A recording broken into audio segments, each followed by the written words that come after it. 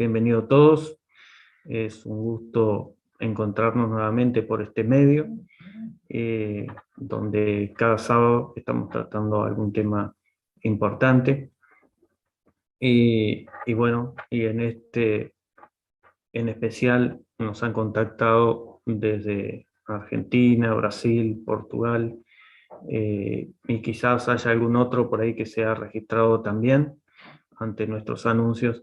Y bueno, es muy bueno que podamos estar de diferentes lugares reunidos hoy para tratar un tema, como decíamos, perdón, de gran importancia, un tema que cada día afecta a más personas, como es la depresión.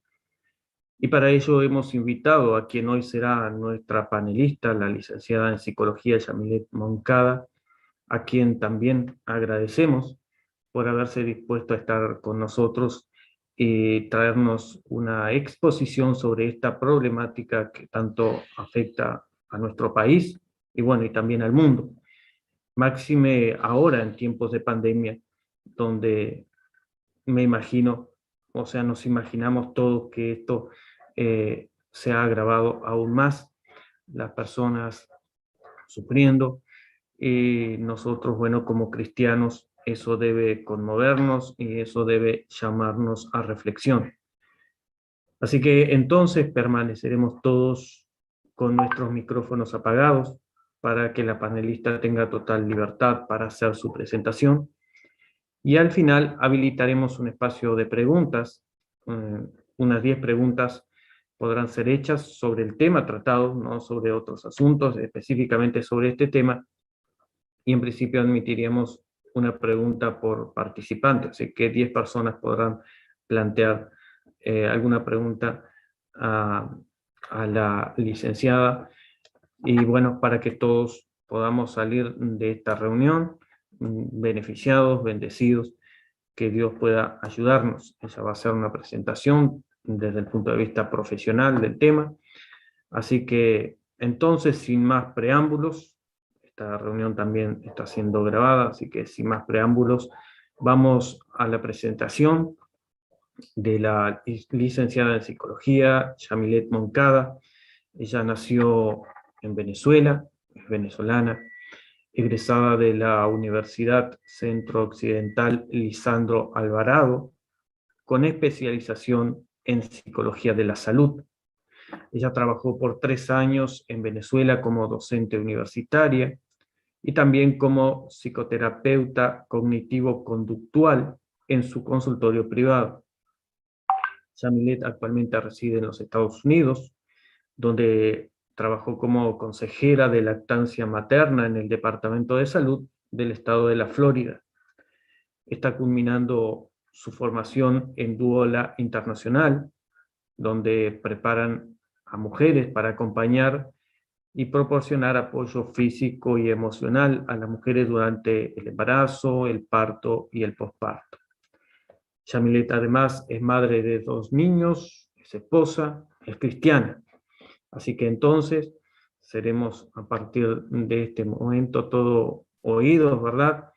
Y una vez más le agradecemos a ella por estar aquí con nosotros, por dejar un espacio de su tiempo para compartirlo y ayudar a tantas personas que están necesitadas, las que estén hoy aquí compartiendo con nosotros.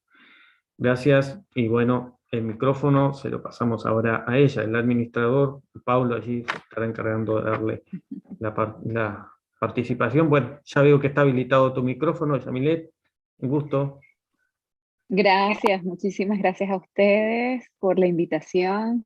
Eh, bueno, dentro de mi formación y pues la experiencia como profesional de la psicología, del área de la salud mental, pues ha sido un tema pues, de interés, de un tema fundamental, el área de la depresión. Pues estaba revisando las estadísticas y dice que 1 de cada 5 personas desarrollarán depresión a lo largo de su vida. Entonces, pues es un aspecto que nos compete a todos. Y bueno, muy agradecida. A mí esto me apasiona enormemente, el área de la salud mental, la neuropsicología.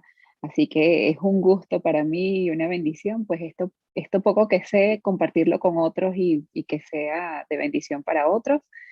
Esta presentación es desde el punto de vista profesional. Yo he hecho una investigación para traerles de lo que dice la Organización Panamericana de la Salud actualmente, la Organización Mundial de la Salud, la Asociación Americana de Psiquiatría y Psicoterapia, y también he revisado algunos documentos que proporciona el gobierno de Uruguay para compartirlo con ustedes y tener como una idea de cuál es la realidad del país. Y por favor, cualquier duda, estoy aquí. Yo no sabía que al principio iba solamente a exponer yo esperaba más participación, pero bueno, haré lo posible por hablar todo este tiempo y no se preocupen que yo estoy más que a la orden para responder pues cualquier duda, si no es hoy. Tengo entendido que tienen otra reunión el otro sábado. eh, y bueno, si no tengo respuestas también pues buscar las respuestas y los especialistas también para responder nuestras dudas. No sé quién va a compartir la presentación para que comencemos.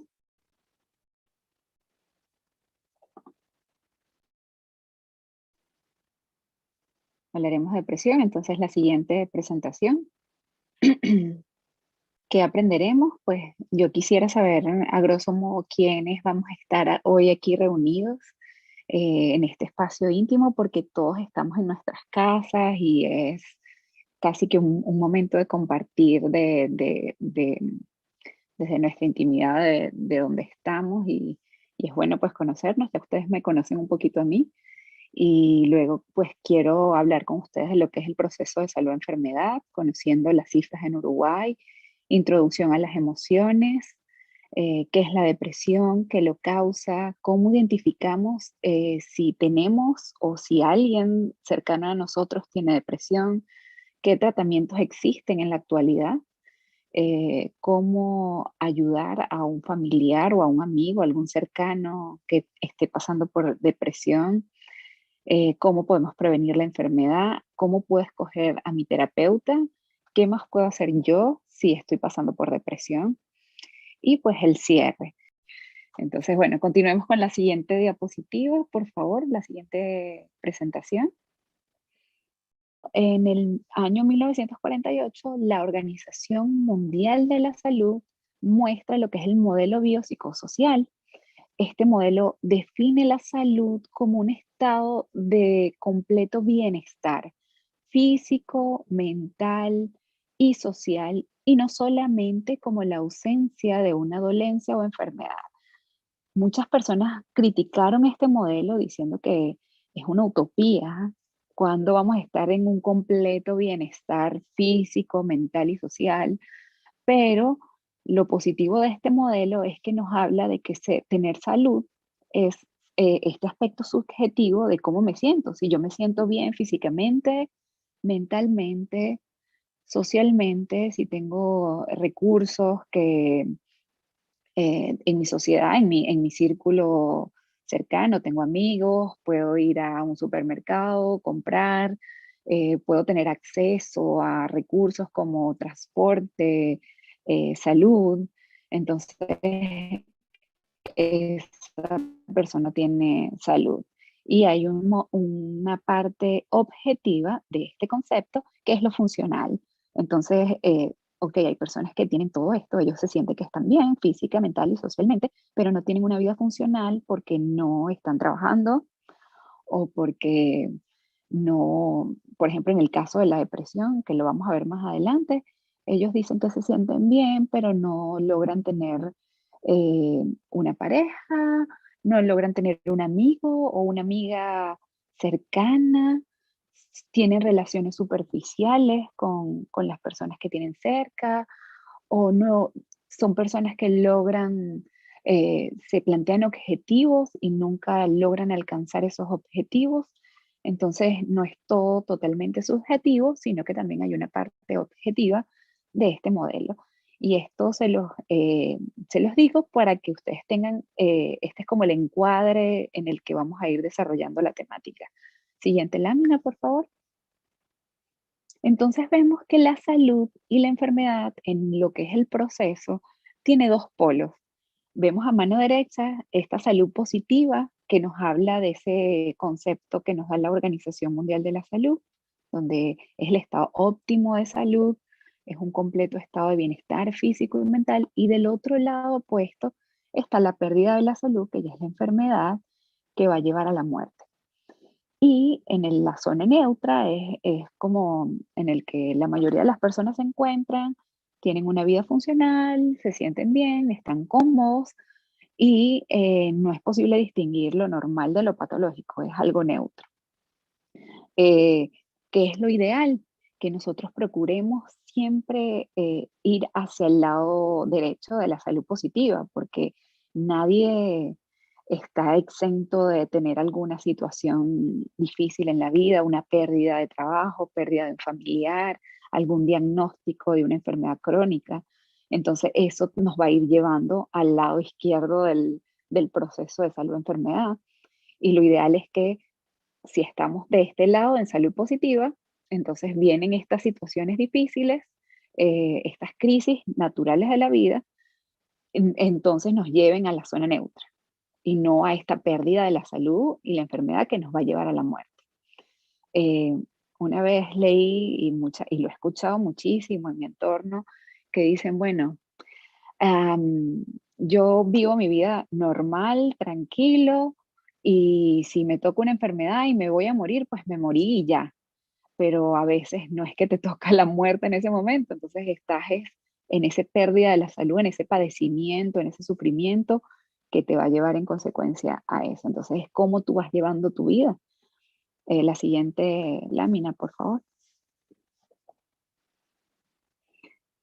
Un concepto, además adicional de lo que es la salud mental, está en niños y niñas, porque pues los niños y las niñas no tienen esta capacidad subjetiva de, bueno, de analizar, de tener la introspección, de saber, bueno, estoy en este momento de mi vida, me siento realizado, con éxito. No, ellos dependen de los cuidadores, de los adultos, de sus padres.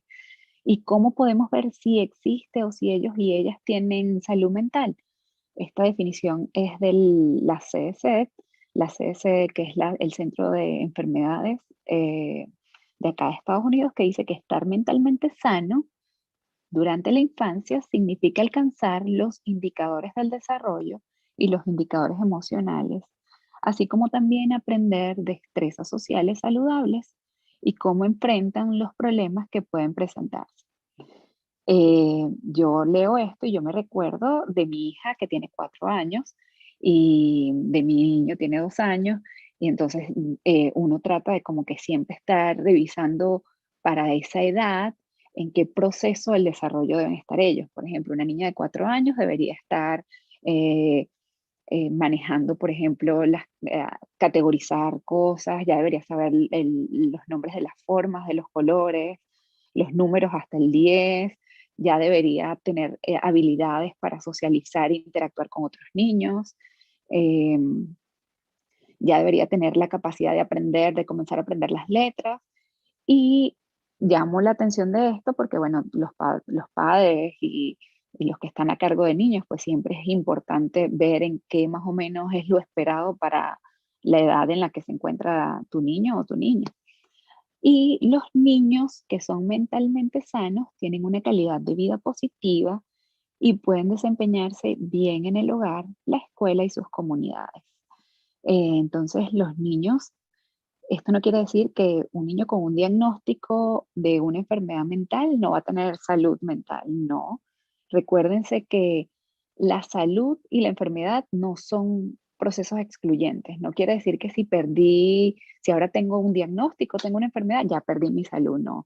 Mucho menos en el caso de los niños, puesto que hemos visto niños con diagnósticos de enfermedades mentales, de trastornos mentales, que tienen una salud mental, podemos ver que tienen una vida positiva, que pueden desempeñarse bien en el hogar, en la escuela, en sus comunidades, niños con trastornos de déficit de atención e hiperactividad, niños inclusive con trastornos de depresión. De hecho, cuando estaba haciendo esta lámina, estaba recordando cuando trabajé en el hospital pediátrico en mi país.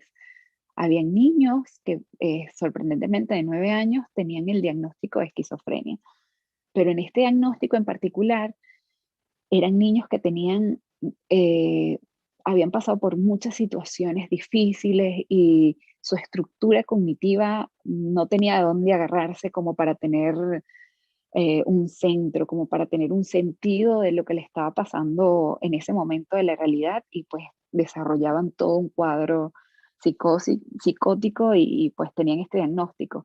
Pero en otro tipo de diagnóstico sí podemos ver, eh, yo lo he visto en mi práctica profesional, perfectamente salud mental. La siguiente lámina, por favor. Entonces, lo que les decía, los trastornos mentales infantojuveniles son cambios serios en su forma habitual de aprender, comportarse o manejar las emociones, lo cual causa angustia y problemas en las actividades diarias.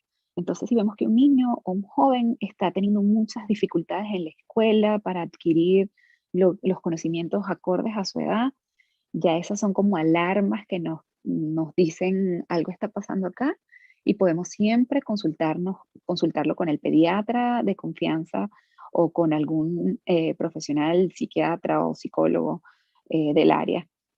O si vemos que no hay, se desborda, no entra en crisis, no puede controlarse bajo ningún concepto, sus emociones, entonces también podemos buscar ayuda, algo está pasando porque está interrumpiendo sus actividades de la vida diaria.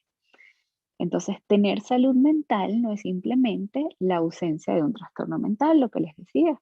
Em, no, no implica el tener un trastorno mental, pérdida de la salud mental. La siguiente lámina, por favor. Entonces, enfermedades o trastornos mentales. Las enfermedades o trastornos mentales alteran la forma de pensar de una persona, su comportamiento y su estado de ánimo. La salud mental de una persona puede que esté siendo severamente afectada, pero esto no significa que tenga o que vaya a desarrollar una enfermedad mental, como por ejemplo en el duelo. Allí vemos que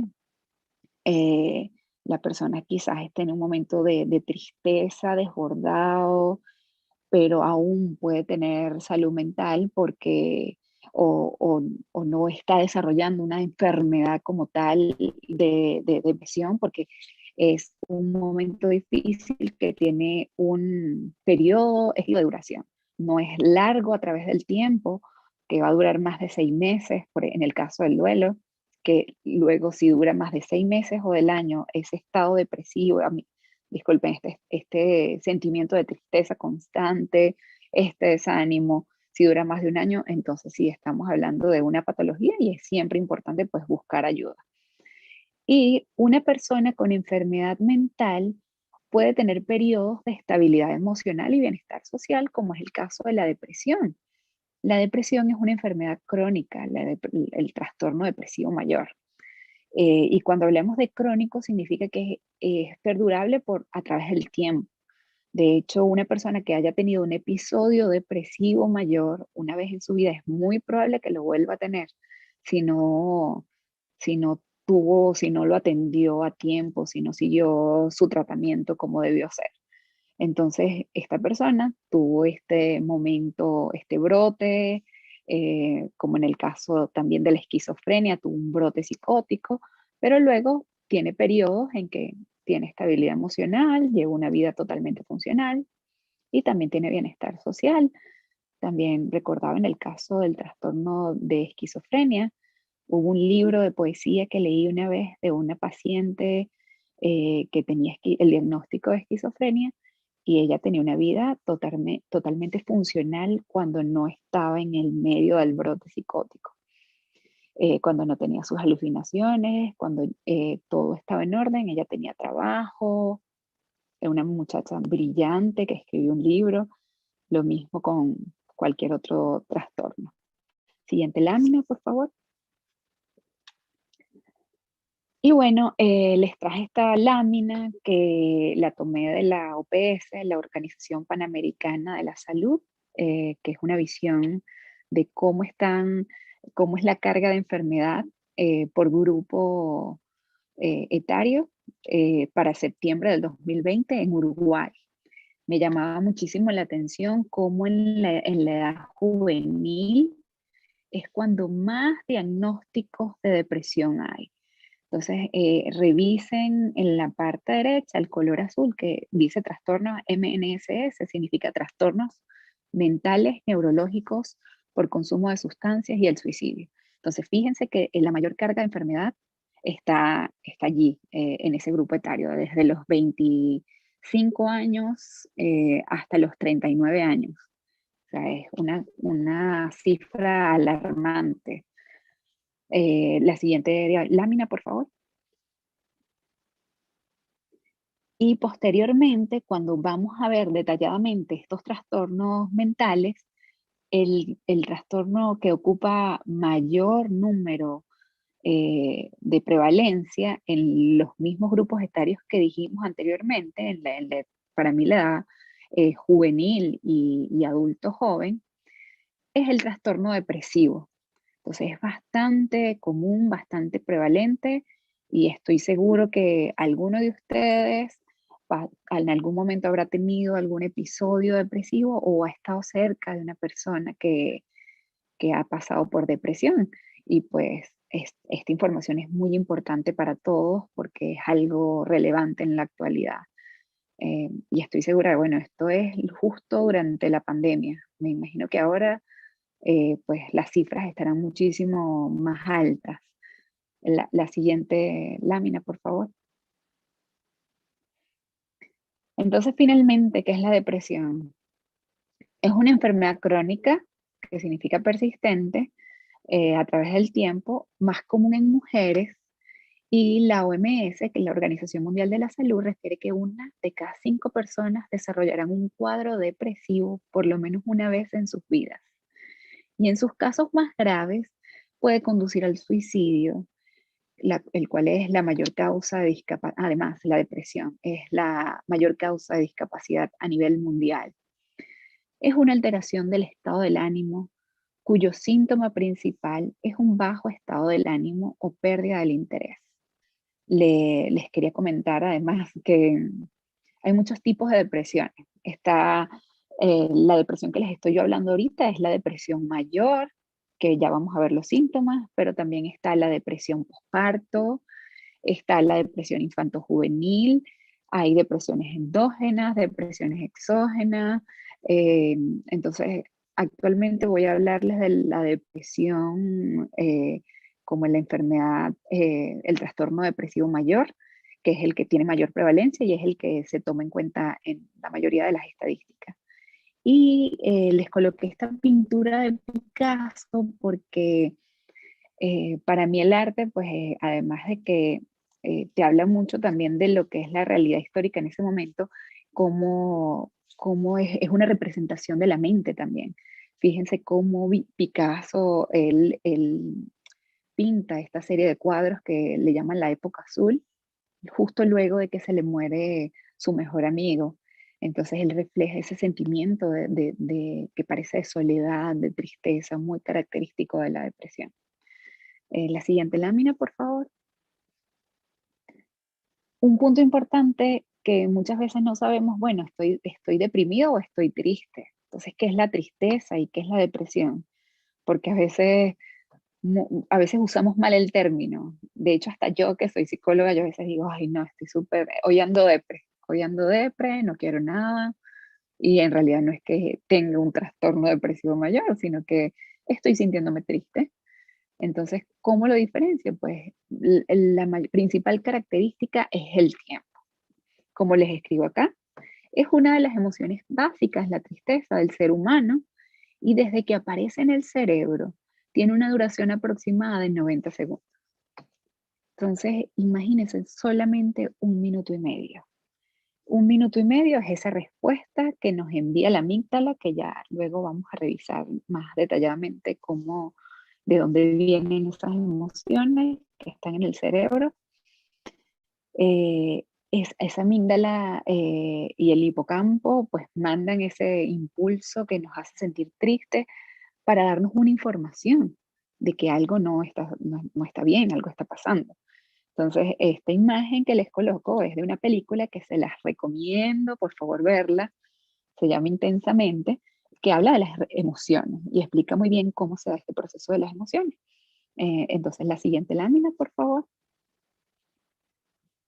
Entonces, la tristeza, como vemos, es una de las emociones básicas y las emociones nos dan información sobre cómo estamos y no estarán allí por siempre. A veces, en el caso de la película, que no sé si la habrán visto, pero la película habla de las emociones que está pasando una niña. Y la niña se mueve a otro lugar, se mudan a otra casa, a otra ciudad, y ella comienza a sentir tristeza. Pero ella no, yo no, ella comienza a pensar y dice, no, yo no me puedo sentir triste. Entonces empieza a obviar la emoción, no le presta atención. Y ese es el problema. Las emociones no van a estar allí para siempre. Tenemos que tomarnos el tiempo de escuchar, de saber qué nos quiere decir esa emoción, porque esas emociones están ahí con un fin evolutivo, están allí para nuestra supervivencia. Por ejemplo, si antes, cuando estaban leones, el hombre vivía, estábamos en esta etapa nómada, que vivían en casas a la intemperie, qué sé yo. Entonces apareció un león, necesitabas el miedo, porque eso te va a salvar la vida y vas a correr. O, por ejemplo, la rabia, si alguien te quiere lastimar o hacer algo, pues la rabia te activa para defenderte. La alegría también, para saber que algo te gusta. Entonces el cerebro dice, oh, esto está buenísimo, vamos a seguir haciéndolo. O el temor también, para cuidarte. La tristeza también nos da información. Nos dice que algo está pasando que no nos gusta, que no, que nos está haciendo daño, nos está lastimando, y necesitas tener el tiempo y preguntarte qué exactamente estoy sintiendo, con qué intensidad lo siento. Oye, me estoy sintiendo así como apagada, como triste, pero a ver, de 0 a 10, como cuánto es esta tristeza. Bueno, como 5, diría yo. Ok, ¿y qué pienso cuando siento esta tristeza? Bueno, sí, pienso, por ejemplo, em, qué sé yo, estoy tratando de conectarme con algo que me haga sentir muy triste. En mi caso, como migrante, bueno, yo estoy pensando en cuándo voy a volver a ver a mi familia en Venezuela. Entonces, eso es lo que pienso, que me hace sentir triste a ese nivel. ¿Y cómo siento mi cuerpo? Muchas veces el cuerpo también nos habla de esa tristeza. Y si no nos damos el tiempo para escucharnos, para saber qué es lo que pasa, también nos enfermamos. Entonces, si tomo el tiempo para saber que empiezo a sentir como un nudo en la boca de mi estómago cuando me conecto con esa tristeza, si no me tomo el tiempo para analizarme, más adelante muchas personas que no se toman el tiempo desarrollan una úlcera gástrica, por ejemplo, cáncer, reflujo, y gente que vive siempre con un reflujo, una acidez, y ay, es que no sé qué es lo que me pasa. Entonces, muy probablemente es que no te estás dando el tiempo de conectar con alguna emoción o alguna situación que estás viviendo. Entonces, bueno, eh, luego pensamos, ¿y qué te haría sentir mejor o peor? Entonces, en mi caso, a mí me hace sentir mejor eh, mandarle algo a mi papá, honestamente. Y alguna ayuda económica, a veces le mando una cajita de cosas. eh, y al principio, cuando yo ya tengo 4 años viviendo aquí en Estados Unidos, al principio yo lo llamaba y eso hacía sentir peor. Eso era llorar y llorar porque era muy reciente, yo estaba viviendo mi duelo. Entonces yo me di cuenta que en ese momento no era sano para mí porque me hacía sentir peor el llamar. Entonces nos escribíamos, papi, ¿cómo estás? Nos mandábamos foticos y eso. Ahora ya me siento mejor, lo llamo, ok, y ya puedo ir superando y ir lidiando con eso. Y muchas veces pasa que cuando estoy sintiendo algo que me incomoda, no logro conectar con la emoción. Hay personas que, bueno, no sé qué siento, o que te preguntan, bueno, ¿cómo estás? No, bien, estoy bien, pero ajá, bien, ¿qué emoción estás sintiendo? Tristeza, rabia, que no, no sé, bien. Eso está bien también.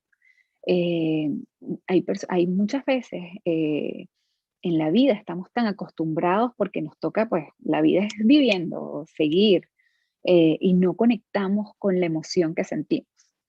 Entonces perdemos esa capacidad y esa habilidad de conectar con nuestras emociones. Pero es muy, muy importante conectar con ellas y saber que no, entender que no estamos en esa etapa en la que existía el dualismo filosófico, en que, bueno, nuestras emociones están por un lado, nuestro cuerpo está por otro, am, nuestra vida social es otra. No, nosotros somos un ser integral. Entonces, si tú sientes que algo no está yendo bien a nivel social, con tus relaciones con otras personas, bueno, toca preguntarte, hacer este cuestionario, a ver qué es lo que está pasando. O si tú sientes que estás enfermándote mucho físicamente, no sales de una gripe o de cuando no es un diagnóstico que te pone el doctor es otro, bueno, pregúntate también, o igual con las emociones. Entonces siempre es bueno estar en esa continua revisión. La siguiente lámina, por favor. Y esto está en grande porque a veces no, especialmente a los hombres. Bueno, yo tengo un hermano y yo recuerdo que mi mamá le decía a mi hermano, usted es un varón y los varones no lloran. Los varones no se ponen tristes, los varones no lloran, por favor, mejor no digo la palabra que decía mi mamá porque ella no es cristiana, pero ustedes se imaginarán lo que le decían. Los varones son varones, ¿sí? Para adelante.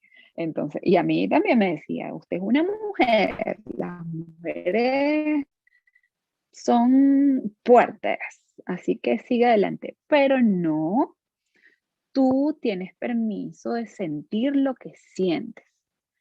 Tú tienes permiso, mujer, hombre, lo que seas, tienes permiso de sentirte triste, tienes permiso de sentirte enojada, molesta. Entonces, tienes permiso de sentir lo que sea que quieras sentir, porque acuérdate, eso no es para siempre. Las emociones, si nos damos el permiso de sentirlas, están allí solo para durar pocos minutos. Entonces, vamos a la siguiente lámina. Entonces, la parte cerebral es, aquí vemos, este es un corte del cerebro eh, por la mitad transversal y vemos, esta es una teoría donde dividen el cerebro como en esta parte superior que es el neocortex, está el cerebro límbico que está como en el medio del cerebro y está el cerebro reptiliano que está como en la parte baja del cerebro. Entonces, esta parte baja, que allí la señalan como actúo, es la que envía la señal más rápida.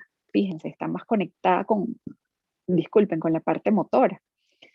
Y luego, y allí cerquita está lo que es el hipocampo, la amígdala, que es de donde viene la respuesta emocional, que es lo que siento.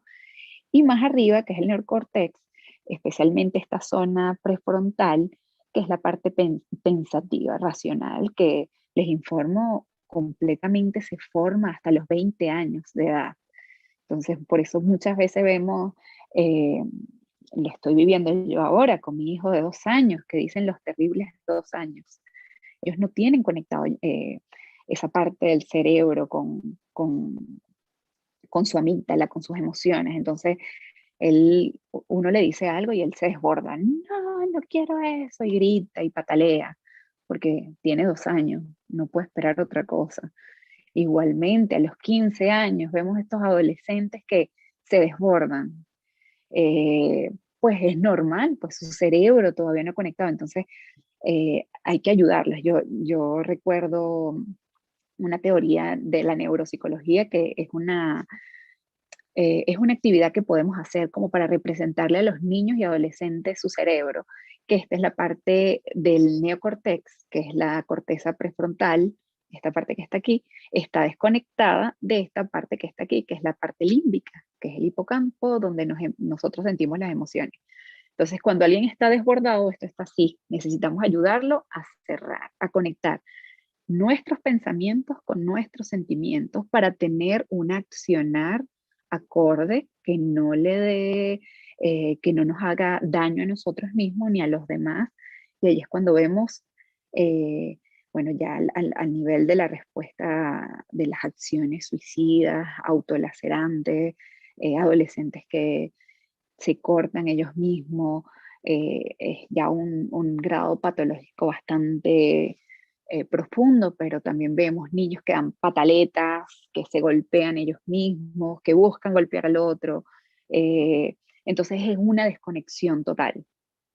Es una desbordada la emoción.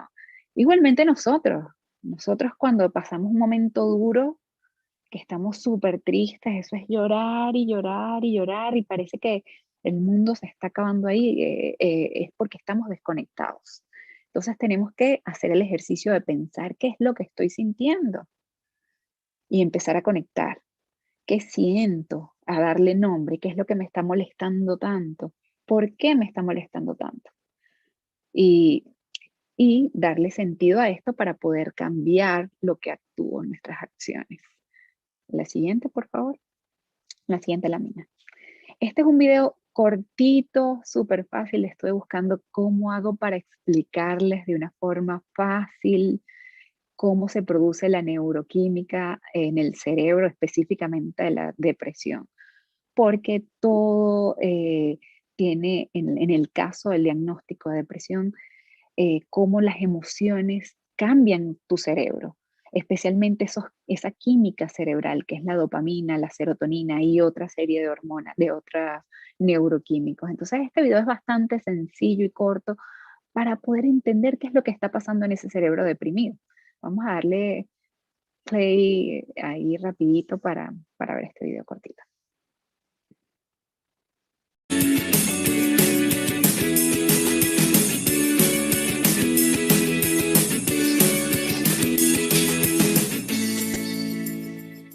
¿Conoces la química de la depresión?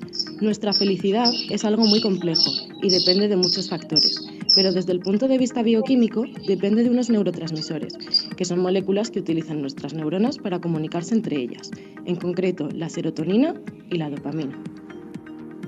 La dopamina se libera cuando realizamos actividades gratificantes, creando una sensación agradable en nosotros. Y la serotonina regula el estado de ánimo, los ciclos de sueño. La disminución en los niveles de serotonina o de dopamina se asocia a enfermedades. Y en este vídeo os vamos a hablar de una de las enfermedades más comunes ligadas a estas moléculas y que afecta a más de 300 millones de personas en el mundo: la depresión. La depresión es un trastorno afectivo que se caracteriza por la pérdida prolongada de autoestima y de interés en las actividades que antes resultaban estimulantes. Las causas de esta patología son diversas. Hay factores genéticos y factores psicosociales. Se ha demostrado que el estrés es una de las principales causas de la depresión. En el cerebro de personas con depresión hay zonas que se ven afectadas, como por ejemplo los ganglios basales o algunos componentes del sistema límbico, que es el sistema encargado de gestionar las emociones, como la amígdala o el hipocampo. Al tener depresión, la comunicación entre neuronas de estas regiones es peor. De esta forma, los antidepresivos buscan mejorar la comunicación neuronal. Por ejemplo, el Prozac evita que la serotonina sea capturada por la misma neurona que la libera, de modo que pueda actuar sobre neuronas vecinas durante más tiempo. Para terminar, nos gustaría recalcar que depresión no es lo mismo que tristeza. El tratamiento con antidepresivos debe ir acompañado de seguimiento médico. La tristeza, sin embargo, es una emoción con la que todos lidiamos, que no se combate con fármacos, sino con otras actividades. Así que, ya sabes, no dejes que el estrés pueda contigo. Tómate un respiro, haz deporte y un poco de yoga. Namaste. Allí vimos fácilmente que cómo es esa neuroquímica de la depresión, dónde está esa dopamina que a veces escuchamos hablar tanto de ella, dónde está esa serotonina, pues está dentro de nuestro cerebro, especialmente en las neuronas que están en esa área del hipocampo que vimos en la lámina anterior, en la amígdala, y esos neurotransmisores son los que ayudan a pasar información de una neurona a otra. Entonces, ¿qué pasa con la depresión? Esa comunicación que se da entre esas neuronas no logra conectarse. No hay una liberación de eso, de esa dopamina, de esa serotonina. Y si la hay, los receptores no logran recibirla, entonces la neurona comienzan a morir, y esa es la palabra, comienza a deteriorarse lentamente. Por eso es tan importante recibir ayuda, eh, algún tratamiento cuando hay un diagnóstico de depresión, porque el daño cognitivo, cerebral, a largo plazo es muchas veces irrevertible. Una vez se muere una neurona, no hay, bueno, como científica profesional, no hay como volverla a vivir, a revivir. Ya aquí entra mi parte cristiana, que yo sé que el Señor lo puede hacer, pero científicamente no es posible. Entonces, por eso es muy importante recibir tratamiento. La siguiente lámina, por favor. Entonces, ¿cómo podemos saber si alguien cercano tiene depresión? Bueno, disculpen, otro punto que hablan en el video, que es esta parte genética. Muchas veces en la familia vemos recurrentemente que generación tras generación se da la depresión. Hay diagnósticos de depresión en los miembros de la familia, porque, bueno, hay unas teorías que dicen que hay un factor hereditario, que las moléculas de ADN de nuestros genes se van transformando a medida que hay depresión y esa carga se va transmitiendo de generación tras generación. Es una teoría que dice eso, pero suele pasar. Entonces, uno de los síntomas, sentirse triste o ansioso con frecuencia o todo el tiempo. No querer realizar actividades que antes eran divertidas. Les comparto en mi caso, en mi experiencia personal, después de que yo tuve a mi hija, yo pasé por una etapa de depresión. Y bueno, no era una depresión, no era un trastorno depresivo mayor, aquí le llaman baby blues, no sé, en Uruguay, pero es un cuadro depresivo que dura 1 o 2 semanas, no es trastorno depresivo mayor porque no dura más de 2 semanas, pero pude experimentar eso, no querer realizar actividades que antes eran divertidas. O sea, a mí me encantan los chistes de mi esposo, o sea, él dice cualquier tontería y yo me muero de la risa con eso. Y él en esa época me decía bromas que antes a mí y todavía él me dice la misma broma y el mismo chiste y yo me río demasiado. Pero en ese momento él me decía los chistes y yo así como que increíble, no me da risa. Entonces, bueno, vamos a ver una película que sea divertida. Y yo, nada, o sea, yo, ¿qué me está pasando? O sea, nada, no me da risa. Es eso, esa es la depresión y uno se da cuenta, uno dice, pero ¿qué pasa? Si yo antes me disfrutaba tanto esto, porque ahora no. La parte ansiosa, o sea, y a mí me daba terror salir a la calle. Entonces me decían, no, tienes que caminar y yo, yo estoy aquí encerrada con mi hija. Luego, sentirse irritable, frustrado, con facilidad o intranquilo, esa es otra. Entonces, vemos personas que están siempre con una amargura, que todo les molesta, con esa cara de, yo no sé cómo le dicen en Uruguay, pero nosotros los venezolanos le decimos con esa cara de cañón, ¿sí? ¿No? Y resulta ser que están es deprimidos. Entonces, se muestra muchas veces la depresión como rabia y eso también es muy frecuente en niños. En niños la depresión por lo general se evidencia es desde la irritabilidad. Son niños que no, lo mismo, no se les ve interés en nada, todo les aburre y de nada es una mala respuesta, están súper irritables. Hay que revisar eso porque muy probablemente sea un trastorno depresivo. Tener dificultad para dormirse o seguir durmiendo. Bueno, en mi caso, cuando estaba pasando esta situación, pues tenía un recién nacido, para las que son mamás y papás, saben cómo es. Yo daba lactancia exclusiva, entonces obviamente tenía dificultad para dormirme porque tenía que amamantar a mi bebita. Eh, entonces, pues bueno, me pasó eso. Levantarse muy temprano o dormir demasiado, comer más o menos del usual o no tener apetito. Muchas veces personas con diagnóstico de depresión manifiestan que tienen una ansiedad, un deseo exacerbado por comer dulces, carbohidratos. Entonces todo de que quieren estar comiendo pasteles, panes, y vemos personas que la barriga la tienen enorme. Entonces muy probablemente es que estén pasando por un proceso de depresión, porque allí es donde se aloja toda esta grasa que consumen extra. La siguiente lámina, por favor. Más síntomas: tener malestar, dolores de cabeza o problemas estomacales que no se mejoran con tratamiento.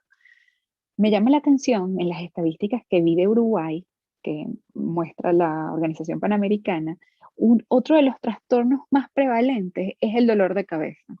Entonces a veces yo me preguntaba en ese momento, bueno, ¿no será más bien una depresión encubierta que se manifiesta por dolor de cabeza constante? Recordemos esto de que el cuerpo y la mente no están separados, entonces pudiese ser eso inclusive. Eh, Tener dificultad para concentrarse, muy común. Recordar detalles o tomar decisiones, eso pasa muchísimo. Yo lo he visto muchísimo, que, ay, es que no sé, una toma de decisiones sencilla de qué zapato me voy a poner en el día. No logran decidir qué zapato te vas a poner. O cualquier cosa, es difícil. Se sienten cansados aún después de dormir bien o dormir muchísimas horas. Sensación de culpa, sensación de que no valen nada, de desamparo, y muchas veces pensamientos de suicidio o de hacerse daño. Hay una fase de la depresión en que las personas suelen estar bastante con el estado de ánimo bastante bajo, que están solo acostados, no quieren levantarse, pero luego comienzan como que a agarrar un poquito de ánimo y se paran. Esa es la parte donde más cuidado se debe tener, porque si esa persona tuvo ideaciones suicidas, justo en ese momento que empiezan a tener un poquito más de energía, muy probablemente la vayan a llevar a cabo. Porque cuando están en esa fase de estar acostados, no tienen la fuerza para hacerlo. Pero luego cuando agarran un poquito de fuerza es cuando más apoyo se le debe dar, y hay que tener más cuidado e incluso recordar tener a la mano pues el número de emergencias. Aquí es el 911, allá no sé cuál será, creo que también es 911. Yo les colocaba aquí abajo, que luego si quieren se los podemos compartir a las personas que se les pasó la invitación, esta página web que es Screening National, es una prueba de depresión que es gratuita y está en español. La pueden hacer y ellos te van a decir, además de que te dicen, bueno, probablemente tienes una depresión media, depresión alta, esos son los criterios que ellos utilizan. Eh, Te recomendamos buscar ayuda o te recomendamos hacer estas actividades. Entonces, se las recomiendo, no está de más utilizarlas. A la siguiente, por favor, la siguiente lámina. Entonces, ¿por qué ocurre todo esto?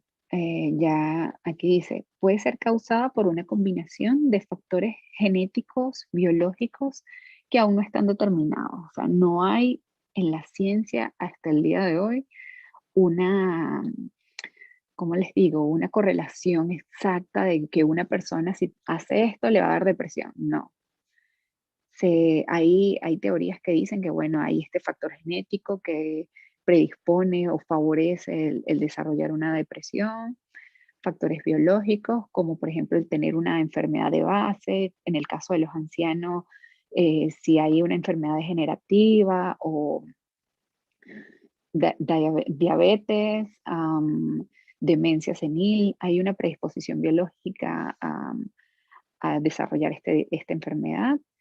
Y también ambientales y sociológicos, por ejemplo, personas que no tienen acceso a recursos de salud, a alimentación adecuada o a buenos nutrientes, o que no tienen acceso a, que es lo que está pasando en la pandemia, acceso a compartir con otras personas, a tener vínculos con otros, vínculos emocionales, afectivos con otras personas, hay una predisposición, puede ser más probable que ellos desarrollen depresión, como puede que no. Hay personas que tienen todas estas características y no tienen depresión, más bien son personas que son bastante resilientes. Entonces, tener familiares consanguíneos que hayan tenido depresión, haber sufrido eventos traumáticos o estresantes, como el abuso físico o sexual, la muerte de un ser querido, problemas financieros, pasar por un cambio significante en la vida, aunque haya sido planeado.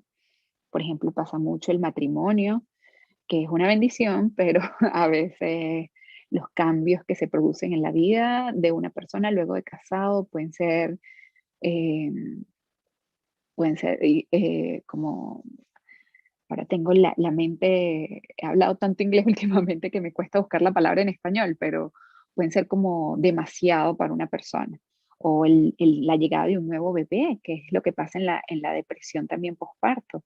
Es algo planeado, deseado, pero oye, de momento es bastante fuerte, bastante demandante, entonces puede haber riesgo de desarrollar el diagnóstico de depresión, tener un problema médico como cáncer, accidente cerebrovascular o dolor crónico, tomar ciertos medicamentos, es importante hable con su médico si tiene preguntas sobre si sus medicamentos lo pueden estar deprimiendo, consumo de alcohol o drogas. Y estos son algunos de los causantes de un diagnóstico de depresión. La siguiente lámina, por favor. Entonces, los tratamientos. Ahora les quería mostrar en la actualidad algunos de los tratamientos que algunas personas utilizan y les funcionan para tratar la depresión. Muchas veces se cree que, bueno, la depresión se trata con pastillas o yendo si vas a un psicoterapeuta. Puede ser psiquiatra o psicólogo. Y resulta ser que hay otros tratamientos. Entonces, lo importante, si tú crees que tienes depresión y necesitas y debes buscar ayuda porque mereces ser feliz, mereces tener tu vida de vuelta, es saber que existen una serie de cosas que puedes hacer. No hay científicamente el medicamento perfecto o la terapia perfecta para sanar la depresión. No la existe, no existe. Están esta serie de cosas, algunas con base científica, como es la terapia farmacológica y la psicoterapia, otras que no tienen basamento científico, pero a algunas personas les ayuda. Entonces vengo a mostrarle un poco de lo que algunas personas que vi en internet hacen y les ha ayudado a superar el diagnóstico de depresión. Entonces está la psicoterapia, la terapia farmacológica, la nutrición, reiki, acupuntura, medicina ayurveda, actividad física y apoyo social. Siguiente lámina, vamos a ver esto en detalle en la siguiente lámina. Entonces, la psicoterapia. La psicoterapia puede hacerla un psiquiatra o un psicólogo clínico. Pueden utilizar diferentes tipos de terapia, como lo es la terapia cognitivo-conductual con la que yo trabajé, porque es la que tiene mayor evidencia científica de una respuesta más rápida en la recuperación de trastornos como la depresión, la ansiedad, entre otros.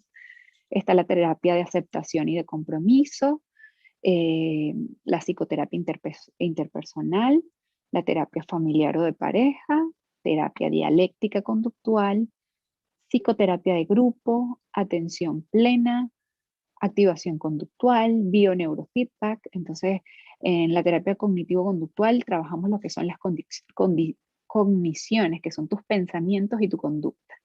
En la terapia de aceptación y compromiso, el terapeuta procura hacer contratos con el cliente donde se haya una aceptación del diagnóstico, una aceptación de tu realidad y hagas compromisos para generar cambios.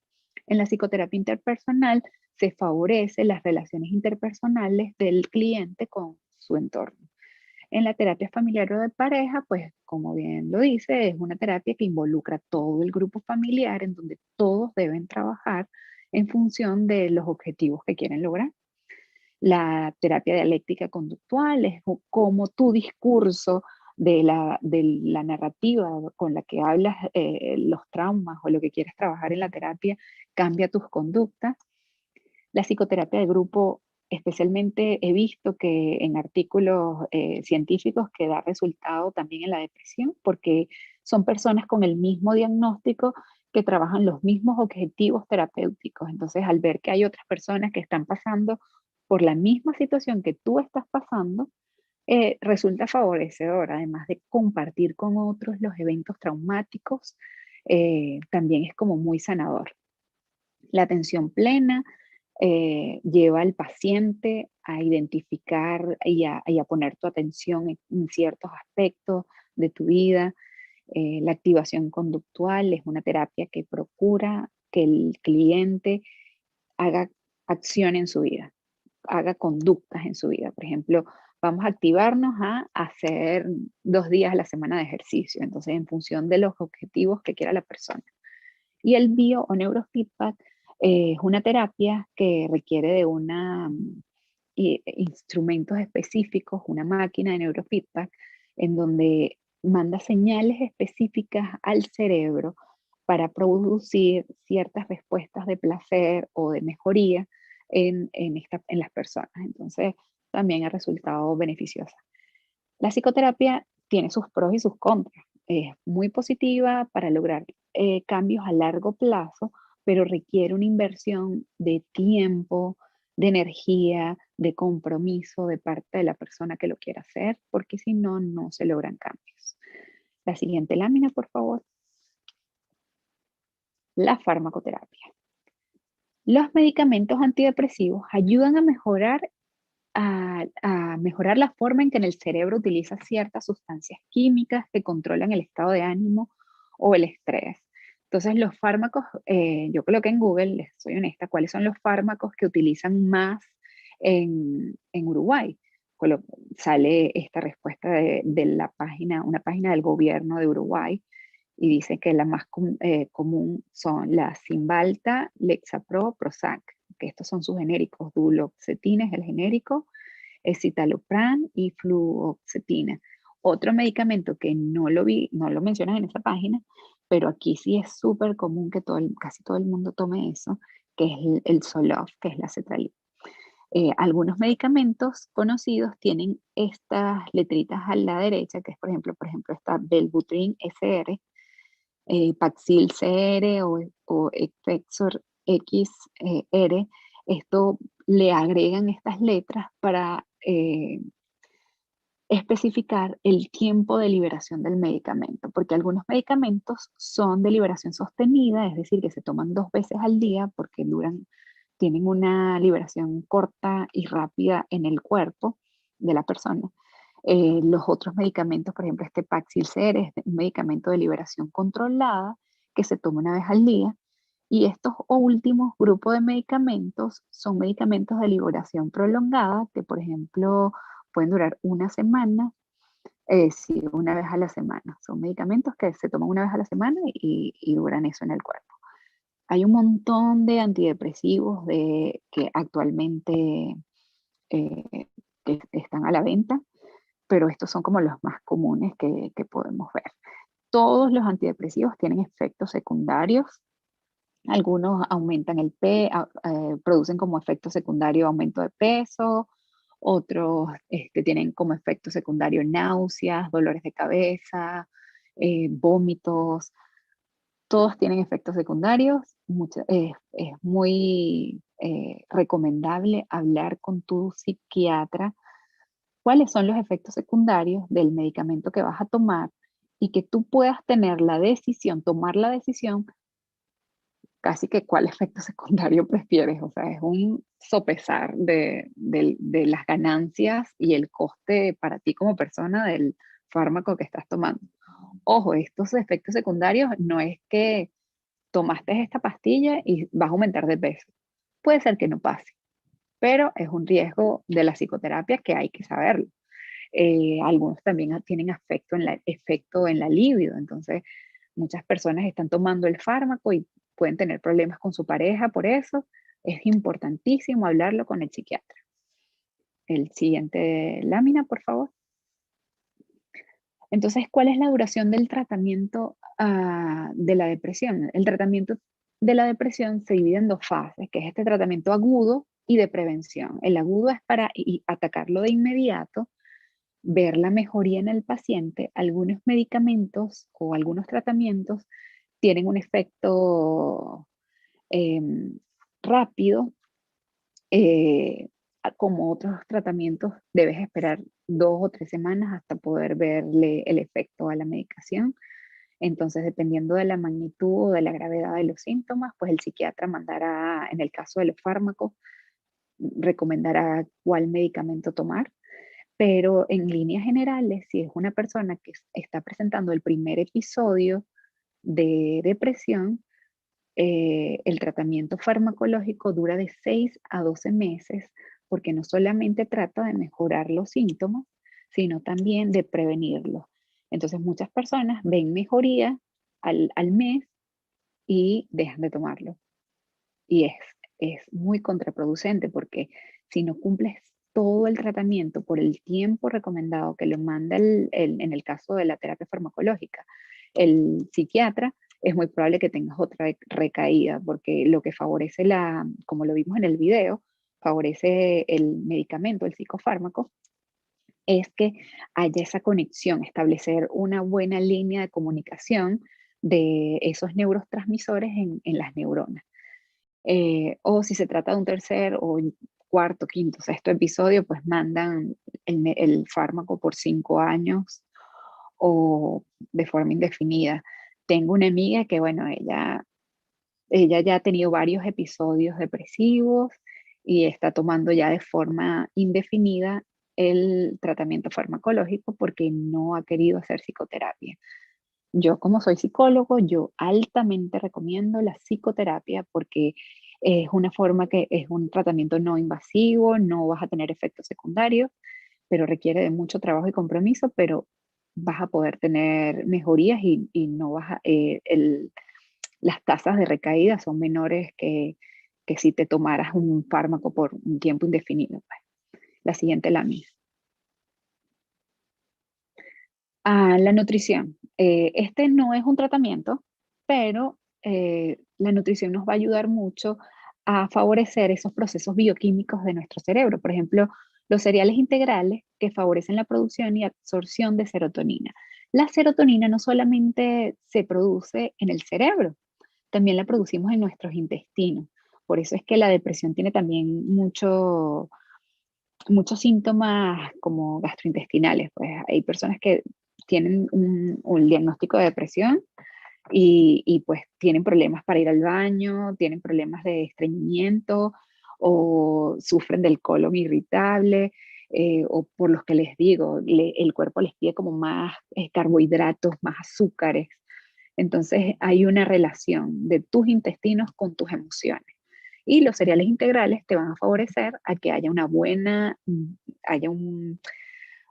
función de tus intestinos.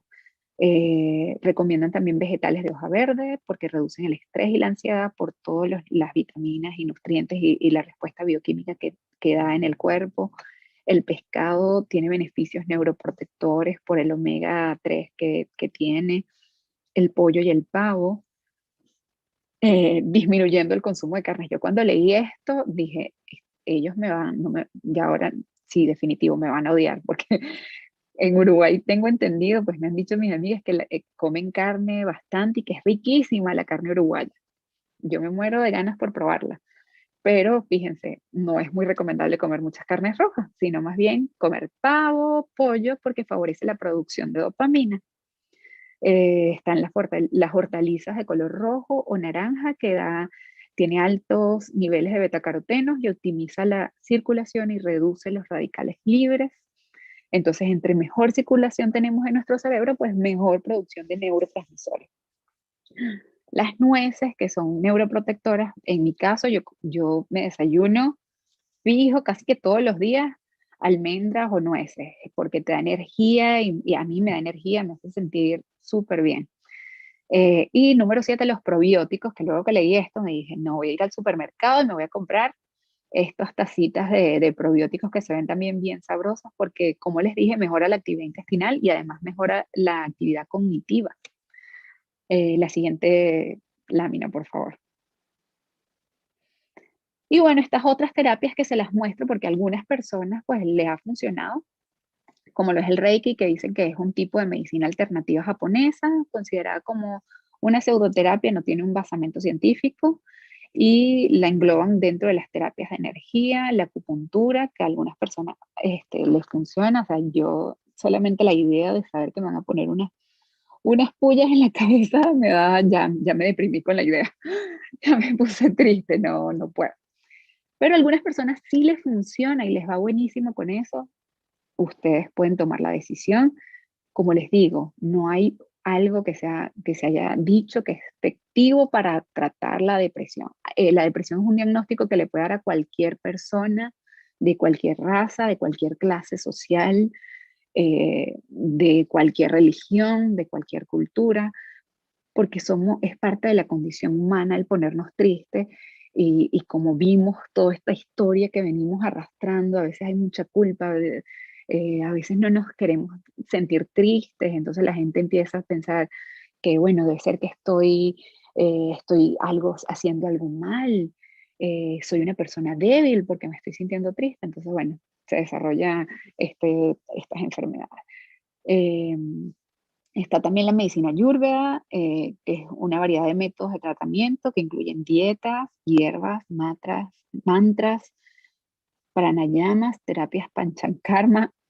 Honestamente, yo no sé nada de eso, yo solo soy psicóloga, pero hay personas que les ha servido esto y pues yo quiero que ustedes conozcan qué es lo que hay ahorita, qué es lo que existe en el mundo ahorita y qué está haciendo la gente para que no los agarren desprevenidos, especialmente vi los que se presentaron.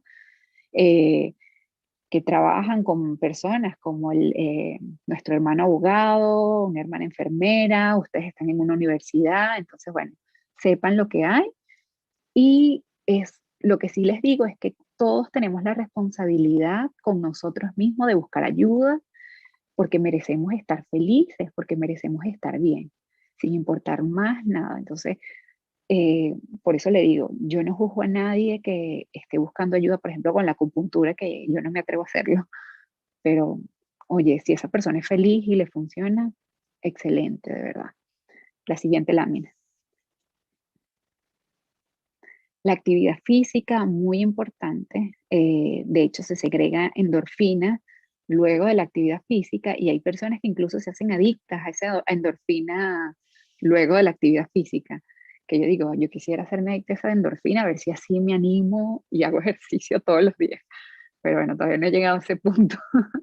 Pero la OMS recomienda para los adultos a lo largo de la semana como mínimo 150 a 300 minutos de actividad aeróbica de intensidad moderada. ¿Qué es esto? Por ejemplo, una caminata rápida por 30 minutos al menos, 5 días a la semana. Tú ves cómo divides este número este tiempo. Por ejemplo, hay personas que se dieron cuenta que si se van en autobús desde su casa a donde agarran el autobús, bueno, son 30 minutos caminando, esa es su actividad física y ya cumplieron esa actividad física. Lo importante es mantener el cuerpo en movimiento por al menos 30 minutos al día, esos 5 días a la semana. O si no, de 75 a 150 minutos de actividad física aeróbica de intensidad vigorosa, como por ejemplo correr, nadar. Hay personas que son ya muy entregados a la actividad física y hacen, por ejemplo, CrossFit y hacen actividades físicas de alto impacto. Que bien por ellos. Lo importante es moverse.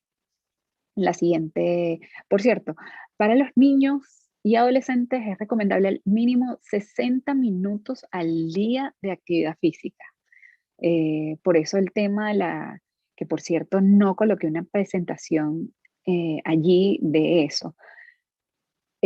Los niños que pasan mucho tiempo en la pantalla, que debí colocarlo porque es muy importante el tiempo en pantalla, en tablas, televisión, computadora, videojuegos, cómo repercute en el desarrollo de diagnóstico como depresión y ansiedad en niños y adolescentes. Es altísimo, porque se están sentados solo frente a una pantalla y pues no tienen actividad física, no tienen interacción con otras personas.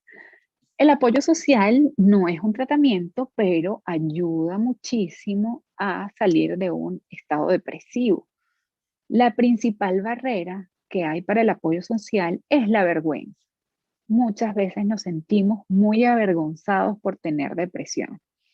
Yo que pasé por este proceso depresivo cuando tuve a mi hija, yo decía, no puedo decir que estoy triste. Y yo me encerraba ahí sola llorando con mi bebé.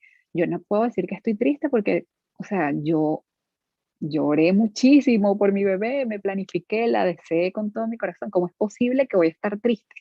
Entonces me da vergüenza la gente que va a decir que soy una mala mamá porque estoy triste en este momento. Pero está bien pedir ayuda. Yo de verdad que le doy muchas gracias a Dios del esposo que tengo, él es un amor y me ayudó muchísimo. Pude luego hablar con amigas, amigos y salir de esa situación y pude entender que es un proceso hormonal que es muy normal que pase luego del alumbramiento de un hijo. La depresión también es un proceso hormonal de neurotransmisores, en donde se implica muchos aspectos de la vida de una persona, se ven implicados muchos aspectos de su sistema cerebral. Entonces, no hay que sentir vergüenza por tener un trastorno o una enfermedad como la depresión. Tenemos que salir de ese estado de vergüenza y pedir ayuda. Cuando vamos a pedir ayuda, está bien también establecer límites sanos.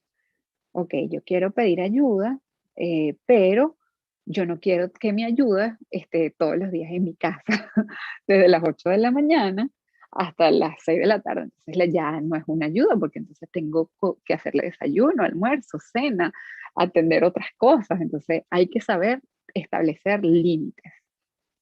Y cuando establecemos los límites, eh, mm, preguntarnos, ¿estoy siendo clara al establecer los límites o estoy siendo claro, los dije?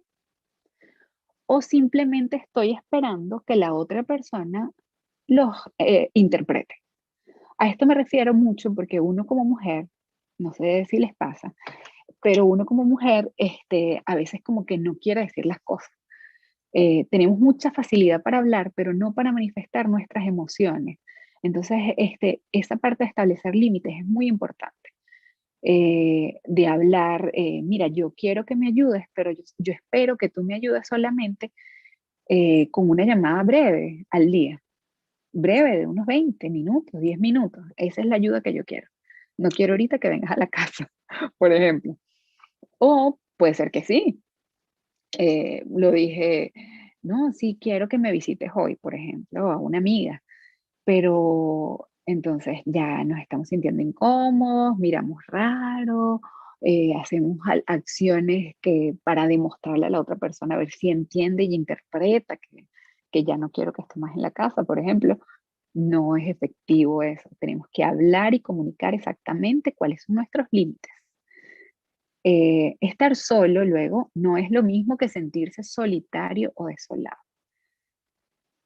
Ustedes lo deben saber, esto es algo normal y natural de los seres humanos, que muchas veces estamos con personas y nos sentimos solos. Muchas veces estamos solos, pero no por eso estamos desolados, solitarios. Entonces, podemos conectar emocionalmente con otras personas, tener relaciones interpersonales eh, profundas y positivas, aún estando solos en nuestra casa. De hecho, muchas personas lo habrán experimentado durante la pandemia. Entonces, no es lo mismo estar solo que estar desolado. Y comunico bien mis límites, sé cuáles pueden disolverse, negociarse o cambiar en el tiempo. O sea, tengo que estar clara o claro de que hoy, por ejemplo, hoy no quiero que me visiten porque hoy no estoy de ánimo para eso, pero sí quiero hablar con alguien. Entonces, este es un límite que va a cambiar en un futuro, no va a ser así por siempre. ¿Cuáles puedo negociarse? Bueno, yo quiero que vengas, pero no quiero que, no quiero que hagas cierta cosa en la casa, por ejemplo. Entonces, bueno, puedo cambiar esa cierta cosa que no quiero que hagas, por ejemplo. Entonces, tengo que tener bien claro eso, la siguiente lámina.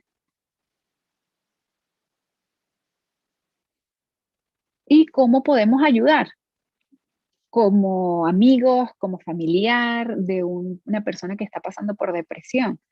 Primero, aprender a detectar el problema. ¿Cuáles son esos signos de alarma que hemos hablado durante en esta presentación? Entonces, si estamos viendo que esta persona está ya dejando de, por ejemplo, de bañarse, está todo el día triste, llora con mucha facilidad, está siempre durmiendo muchísimo o se queja que no duerme nada, le vemos las ojeras, eh, son signos de alarma. Entonces, podemos comunicarlo. Oye, ¿sabes qué? Estoy observando que estás durmiendo como que más de lo normal y estás alimentándote como comiendo puros pasteles o ¿qué te parece si buscamos ayuda? Parece que estás como deprimido, podemos llamar al médico, podemos ir a psicoterapia. ¿Quieres que te ayude a buscar una cita? Buscamos juntos en internet a un terapeuta. Entonces, es importante comunicar y sugerir la búsqueda de ayuda. Expresa tu interés en ayudar. Y eso es clave, decir, yo solo quiero ayudarte, yo estoy aquí para ayudarte. Coordínate con los demás. Entonces, si esto es, por ejemplo, un amigo o una amiga, buscar a los familiares cercanos a esta persona. Ah, mira, sabes que estoy viendo que María está últimamente como muy aislada, muy triste. eh, Vamos a buscar ayudarla.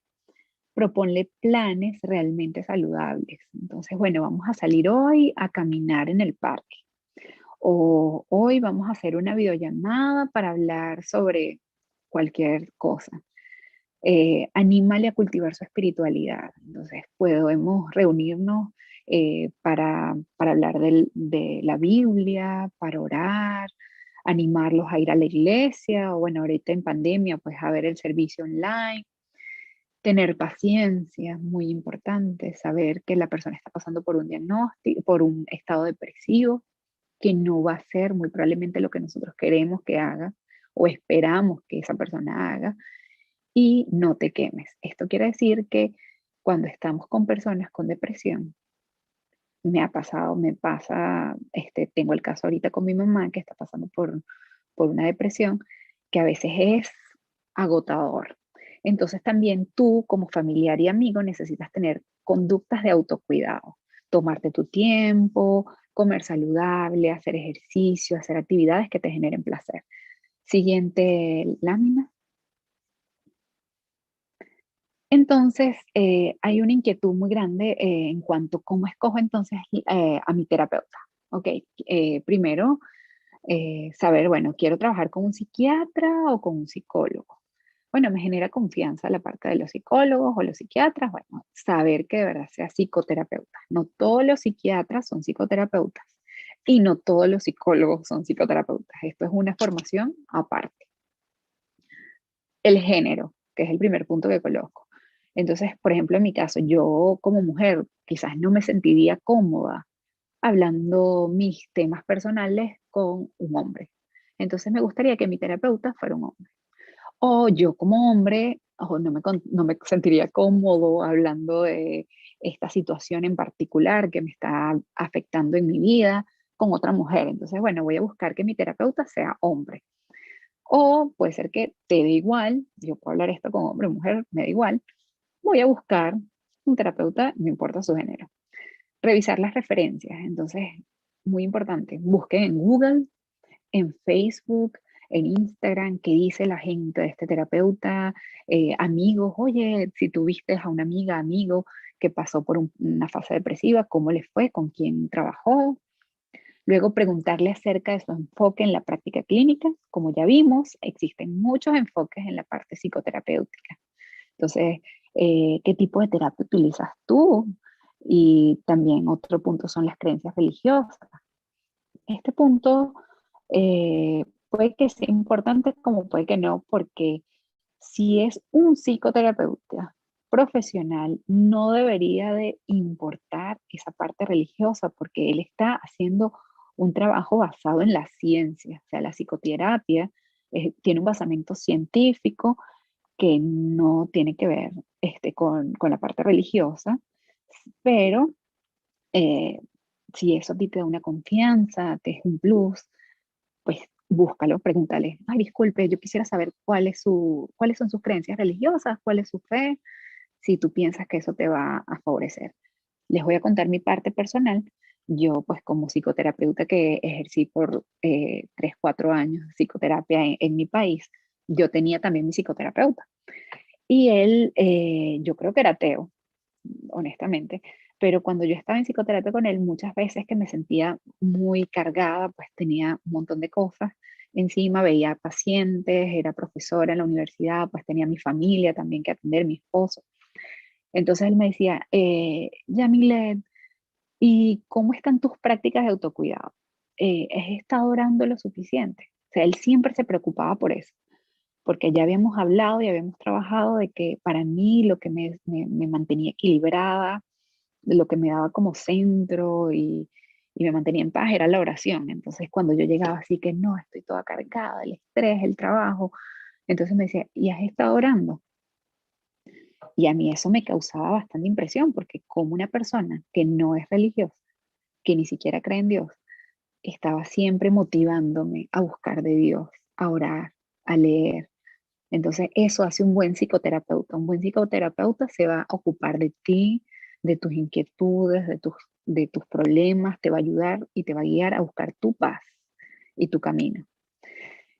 Revisar con él o con ella tu lista de expectativas. Eso es muy importante. Antes de ir a esa cita con tu terapeuta, toma nota.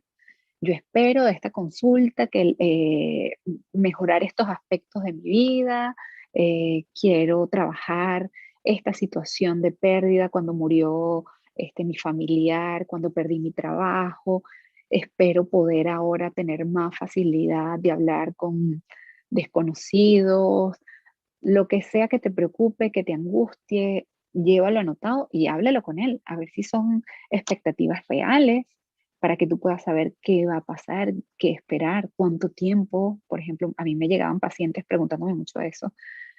Doctora, ¿y cuánto tiempo voy a estar con usted en esta terapia? Porque quieren ya mejorarse ya. O también porque a veces yo les decía, bueno, la psicoterapia, por ejemplo, en el caso de la depresión, puede tardar de 6 a 12 meses una persona en ver resultados y duraderos para trabajar no solamente esa parte aguda, sino también la parte de prevención. Pero pasaba entonces que a las 2 semanas se sentían bien felices, porque claro, esas primeras consultas psicoterapéuticas son muy sanadoras y liberadoras, el poder expresarte con alguien sin juicio, sino más bien con contención, ayudan mucho y son muy sanadoras, pero entonces las personas se sentían muy bien y felices y ya no volvíamos a la psicoterapia. Entonces yo me preguntaba, yo, Dios mío, lo estoy haciendo malísimo porque la gente viene aquí a la consulta y no vuelve. Vienen 2 o 3 veces y no vuelve. Entonces luego a los meses volví porque no se habían dado el tiempo necesario para trabajar a profundidad lo que les estaba causando el dolor, la angustia, la ansiedad y la depresión. Y ustedes deben trabajar eso y hablarlo con su psicoterapeuta. Entonces, saber que van a tener un periodo de que se van a sentir felices, pero aún igual tienen que seguir trabajando y profundizando. Eh, Luego visualízate viendo a esta persona frecuentemente, porque muy probablemente vas a tener que verla o verlo todas las semanas. Entonces, si tú ves que no, este psicólogo o esta psicóloga no sé, no hay conexión, no me siento bien. Recuerda que si hay algo con lo que no te sientas cómodo o cómoda, puedes cambiar y buscar otro terapeuta. Tú no tienes que estar ligado para siempre con un terapeuta, no pasa nada. Créeme que ese terapeuta no se va a sentir mal, es normal que tú puedas buscar a otra persona con quien continuar trabajando. La siguiente lámina. De hecho, hay quienes dicen que lo único que tú le debes a ese terapeuta es el dinero, el pago que le tienes que dar. Tú no le debes a esa persona pues la lealtad, el compromiso a estar allí, a ese profesional pegado para siempre, ¿no? Tú puedes cambiar cuando tú quieras y si lo haces desde un principio, pues mucho mejor para ti. Bueno, ¿qué más puedo hacer? Ok, ¿qué puedo hacer yo para prevenir tener depresión? Entonces, estas son algunas recomendaciones. Tú puedes inclusive tener muchísimas cosas más que hacer que te gusten y que te puedas disfrutar. Hacernos más optimistas, entrenarnos en el optimismo, a ver el lado feliz, bueno y bello de todas las cosas. Esto lo pueden incluso buscar ideas en Google, cómo puedo entrenarme a ser más optimista. Hay un test que puedes buscar en Google, test de optimismo, para ver qué tan optimista eres. Entonces, recuerda, siempre puede, de hecho hay una teoría que dice, si pensaste, si algo te pasó mal en el día, espera que te van a pasar dos cosas mejores y muy buenas durante el día. Lleva un estilo de vida saludable. Aliméntate bien, aliméntate, come sano, verduras, vegetales, bajar el azúcar, eh, hacer ejercicio, tener relaciones positivas con otros, el mindfulness, que es este estado de conciencia plena. Date permiso cada momento del día de respirar y sentir tus olores, sentir el olor del ambiente en el que estás, de tocar cómo se sienten las cosas, de escuchar, de observar detalladamente, de enfocarte en el aquí y en el ahora. De eso se trata el mindfulness. Es una técnica súper compleja que lo coloco de hecho con la meditación porque está muy ligada a la meditación, que también es una práctica en el que la persona se le entrena para enfocarse en una sola cosa. Hay meditaciones guiadas en donde la persona se enfoca en su respiración, lo pueden buscar en YouTube. Hay otras que se hacen meditación con visualización, donde la persona respira profundo y dirige su atención hacia un objeto en particular. Hay quienes colocan una vela y hacen meditación observando esa vela, o hacen meditación con un mantra, repitiéndose una palabra. Hay quienes incluso hacen meditación utilizando el Om, y eso les da calma y paz. Vive una vida con sentido, trata siempre de buscarle el sentido a tu vida, tu propósito en la vida. ¿Para qué estás aquí? ¿Para qué es tu vida? Cultiva la espiritualidad, la oración, combate el estrés con relajación, practica la autocompasión. Somos muy duros muchas veces con nosotros mismos y queremos ser perfectos en todo. No, repítete siempre, todas las mañanas, en las noches, me perdono, soy un ser humano y tengo derecho a cometer errores. Crea mantras cuando estés en paz y en tranquilidad. Entonces repítete una frase, una palabra. Tengo paz, tengo amor. Y cuando empieces a sentir en tu cuerpo que te estás estresando, estás sintiéndote ansioso, empieza a repetirte ese mantra. Tengo paz. Y conéctate con esa sensación. Tengo paz. Cuando creas el mantra, créalo en el estado de paz. Que no vayas a crear el mantra en un momento ansioso, estrés. No, créalo en paz y conéctate en ese momento con la paz que sientes en ese momento. Para que una vez que utilices el mantra, tu cuerpo pues te lleve y tu mente te lleve a ese estado de paz en el que lo hiciste.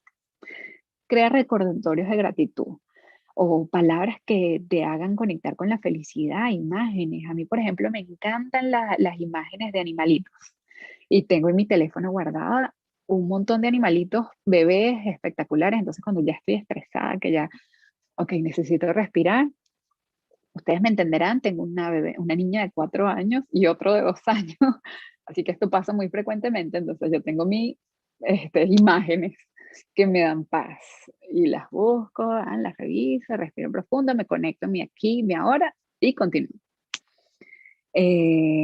Crea recordatorios de gratitud, sal al sol, importantísimo, conéctate con la naturaleza, además que el sol te da vitamina D, te conecta y te llena de energía, es muy importante esto. Escribe un diario, especialmente puedes escribir el diario y escribir lo que hicimos al principio de cómo te sentías, en qué grado te sientes, qué piensas, y lleva ese registro de cómo vas llevando tu día a día. Escribe cartas a otros familiares, correos electrónicos, no sé si en Uruguay utilizan eso, de las cartas por correo. Aquí es muchísimo, en, sobre todo en Navidad, mandan muchísimas cartas. Escribe una carta a tu futuro yo. ¿Qué has aprendido de las experiencias difíciles? Recuérdate, pregúntate eso. Pregúntate quién quieres ser en un futuro y pregúntale a tu yo futuro cómo lograrlo. Entonces, no, yo quiero en un futuro, me visualizo, yo quiero en un futuro, me visualizo feliz, exitosa, plena, trabajando en esta área que me encanta. Por ejemplo, en mi caso, que yo quiero continuar trabajando con madres. Entonces, ¿cómo puedes lograr eso? ¿Y qué puedes ofrecerle a otros? Entonces, en mi caso, yo de esta experiencia que pasé luego de la maternidad de mi primera hija, bueno, yo me siento que puedo ofrecerle a otras herramientas, a otras mamás, eh, en base a combatir el estrés, la depresión, la lactancia materna, y en eso me he formado y en eso estoy trabajando. Tú desde tu área, pues estoy segura que tienes muchísimo para dar a otros. Conéctate con otros y busca ayudar. Inclusive desde tus redes sociales puedes hacerlo. La siguiente lámina. Por cierto, haz tu lista. En la parte de atrás coloqué haz tu lista, porque esto es una idea. O sea, hay personas que para ellos lo que les ayuda a mantenerse en ese estado de salud positiva y óptima es, por ejemplo, ir a darse un masaje, ir a hacerse un pedicure, manicure, otros ir a ver una película, caminar. Busca qué es lo que te genera a ti felicidad. Y para terminar, les quiero decir esto. Tú mereces todo lo bello de la vida. Tú mereces ser feliz. Tú eres un ser único y especial. Si alguna situación te está molestando, eso no es un castigo. Tú tienes el poder de decidir y moverte. Tú no estás plantado en un lugar para ser infeliz. Tú te puedes mover de ese lugar. Tú no eres un árbol. Tú eres una persona que puedes moverte. Tú eres fuerte. Y aunque a veces te sientas triste, también eres fuerte. No eres débil por sentirte triste. Entonces siempre recuérdate eso, que tienes el derecho de ser feliz, tienes el derecho de llevar la vida que quieres, de llevar una vida plena. Tú tienes el poder en tus manos de cambiar. La siguiente lámina. Muchísimas gracias. Esta es una de las imágenes que me conecta a mí con la paz y felicidad. Me encanta la playa. Y bueno, se las quise dejar allí para el que le guste también. Creo que ahora es el momento de las preguntas y las respuestas. Bueno, ha sido muy bueno escucharte, tu aporte. Realmente escuchar a alguien que se especializa en una materia es muy bueno, muy gratificante y bueno, más cuando es todo el tema de la mente, es un tema complejo y en el cual realmente uno muchas veces necesita de ayuda para poder salir adelante. Acá los hermanos que quieran hacer preguntas, simplemente levanten la manito allí. ¿Cuáles son las primeras actitudes que deben ser tomadas luego de que una persona es diagnosticada con depresión? Bueno, si ya tienes el diagnóstico es porque ya fuiste al profesional, porque pues y como les digo, para un diagnóstico de depresión, yo no les coloqué aquí los criterios diagnósticos del manual de diagnóstico de enfermedades mentales, que lo que utilizamos los profesionales en el área de la salud mental, pero un especialista pues va a tomar en cuenta todos estos criterios, a sopesar la magnitud de los síntomas y signos de tu enfermedad, en el caso de la depresión. Y por supuesto, las primeras acciones a tomar es seguir las recomendaciones. Ojo, yo con esta presentación les quise decir que tienes opciones, no porque fuiste a un psiquiatra que te diagnosticó con depresión o a un médico general, porque, por ejemplo, aquí en mi país, en donde estoy viviendo actualmente, hay muy pocos psiquiatras. De hecho, en toda la zona en la que yo vivo, que son en todo este condado, que hay como 4 o 5 ciudades que pertenecemos al condado, solamente hay 2 psiquiatras. Y imagínate, para pedir una cita con el psiquiatra tardas 3 meses en verlo. Y psicoterapeutas hay muchos, pero ninguno habla español. Entonces, es una problemática, por lo cual los médicos generales diagnostican de que alguien tiene depresión y te dan de una vez el medicamento. Tú tienes el derecho de decidir si tomarlo o no tomarlo. Tú tienes el derecho de buscar el tratamiento que te haga sentir mejor. Tú tienes el derecho de buscar un psicoterapeuta, intentar por ese lado, pero también tienes el deber contigo mismo y contigo misma de buscar mejorar, de accionar para tu bienestar, porque mereces ser feliz y mereces tener tu vida de vuelta. Es una persona con depresión, ha perdido su vida, ha perdido el interés por todo y puedes recuperarlo, pero debes tomar acciones, hacer lo que te digan. O sea, y honestamente es dependiendo del caso de la depresión y del profesional que lo haya diagnosticado, de verdad que hay momentos en que el psicofármaco, el medicamento es vital.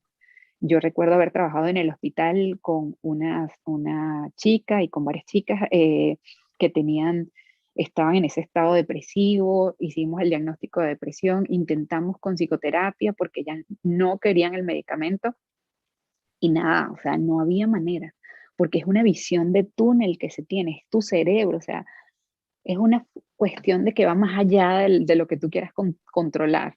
Entonces, el cerebro, lo que pasa es que muchas veces con la depresión uno va a buscar ayuda ya cuando estás en una etapa de que ya es muy evidente que no puedes continuar, no eres funcional con tu vida. Entonces, como les dije, esa neurona ya está adormecida y esa segregación de neurotransmisores no se reconecta, no se segregan. Y el medicamento te ayuda a activar esas neuronas, a activar esos neurotransmisores para volver a poder habilitar tu cerebro a un normal funcionamiento y poder trabajar qué es eso que te está pasando, qué desencadenó esa depresión. Hubo un evento traumático, hubo algo que se desajustó en tu vida. Entonces, definitivamente, accionar y buscar ayuda y hacer la ayuda y darte el tiempo, porque como les dije, que me pasó a mí con mis pacientes que tuve en ese momento, 2, 3 semanas y se sintieron bien, ya no volvieron. Y luego regresan peores. Entonces, y lo mismo con el medicamento. Un mes de tratamiento y, ay, ya estoy feliz, qué hermosa es la vida, todo es bellísimo. Y ya no sigo con el medicamento porque me voy a hacer adicta y qué vergüenza que me vean tomando antidepresivos. Entonces, vuelven otra vez a recaer y están peor. Lo bueno es que la depresión es tratable, entonces, por lo que escuchamos, es algo de lo cual la persona puede salir. El tema es buscar los medios, la forma para salir de ello.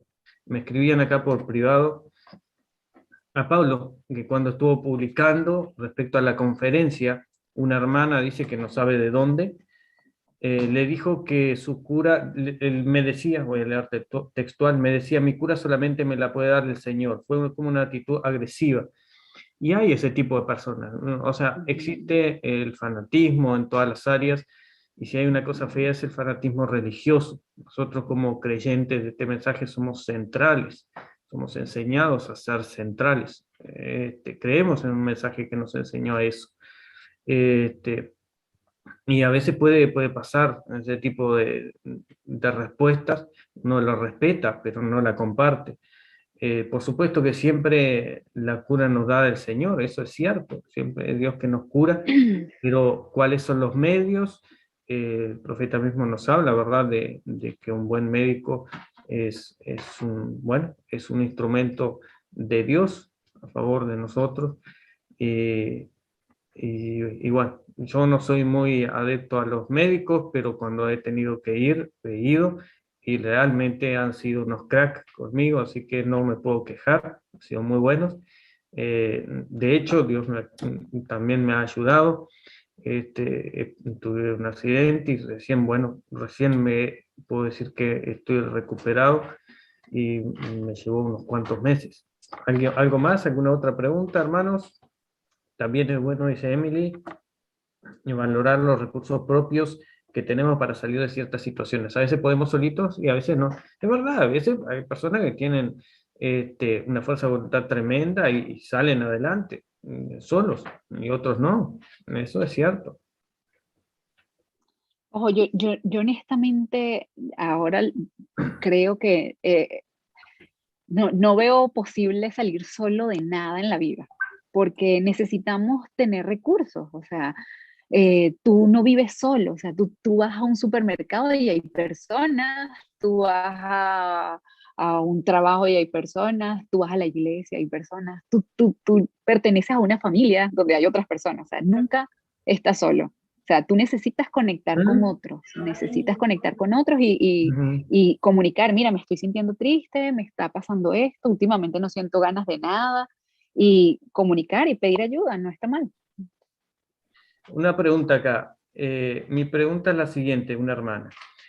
Si alimenta, si alimentas mucho un pensamiento negativo, ¿te puede llevar a caer en una depresión? Sí, eso que acabas de decir esta persona es muy importante. Nosotros, hay una teoría que es la teoría del ABC de un psicólogo que se llama Ellis. Él desarrolló la creencia, la teoría del ABC, que es los pensamientos, las emociones y las cogniciones.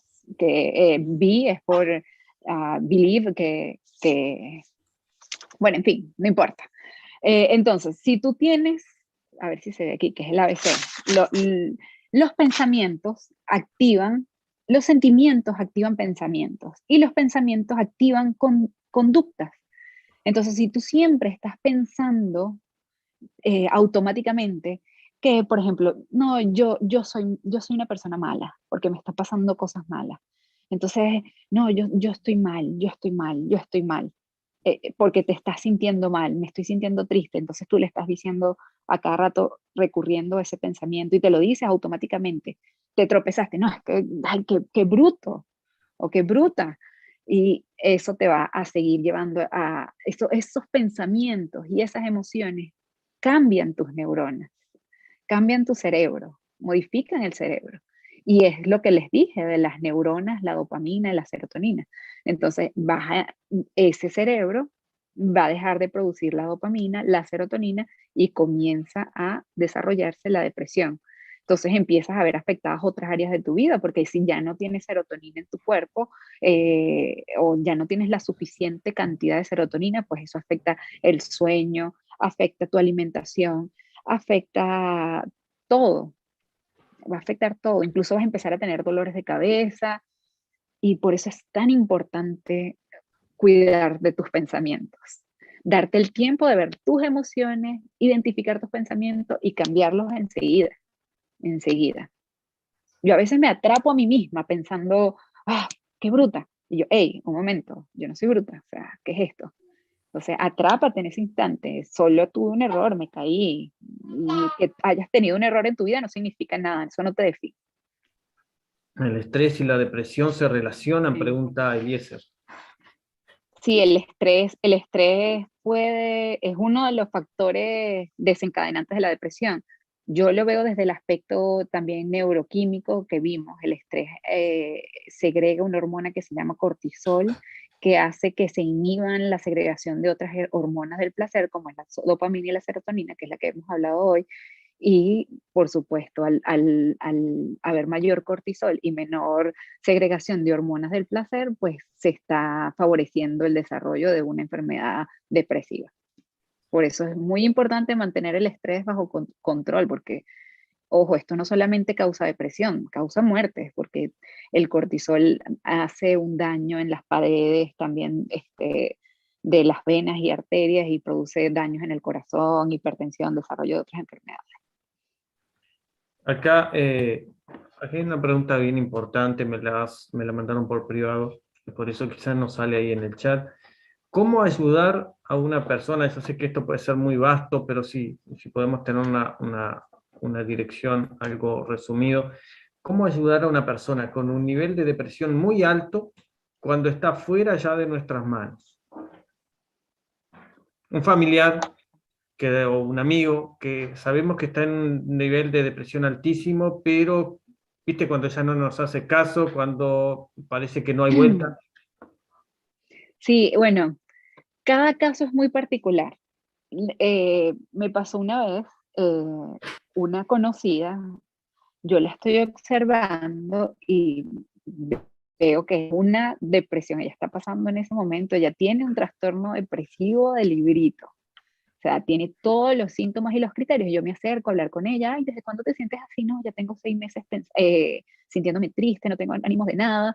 Y entonces ella viene y me dice, pero ¿sabes qué?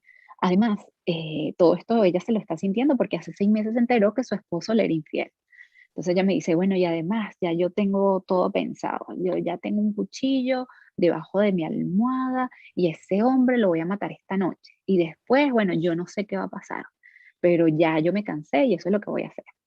Y yo así como que, ok, está bien. Entonces voy yo y hablo con la familia de esta señora.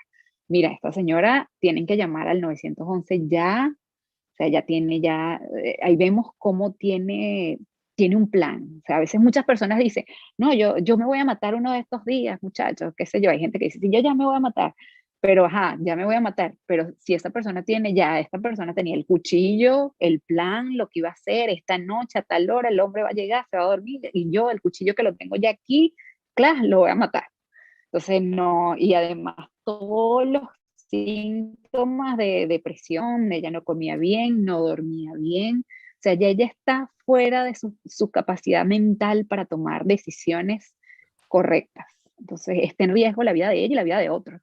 Debes llamar al 911 y pedir ayuda. O sea, no hay de otra, porque esta persona en ese nivel, como ya lo hemos visto, su cerebro no está en la capacidad de tomar decisiones. Efectivamente, la gente como piensan que los psicólogos a veces tienen una visión que el psicólogo es como un brujo. A mí me ha pasado que hay gente, no, tú lees la mente porque eres psicólogo. Y yo, no, o sea, los psicólogos no leemos la mente, esto es una ciencia, esto es un basamento científico.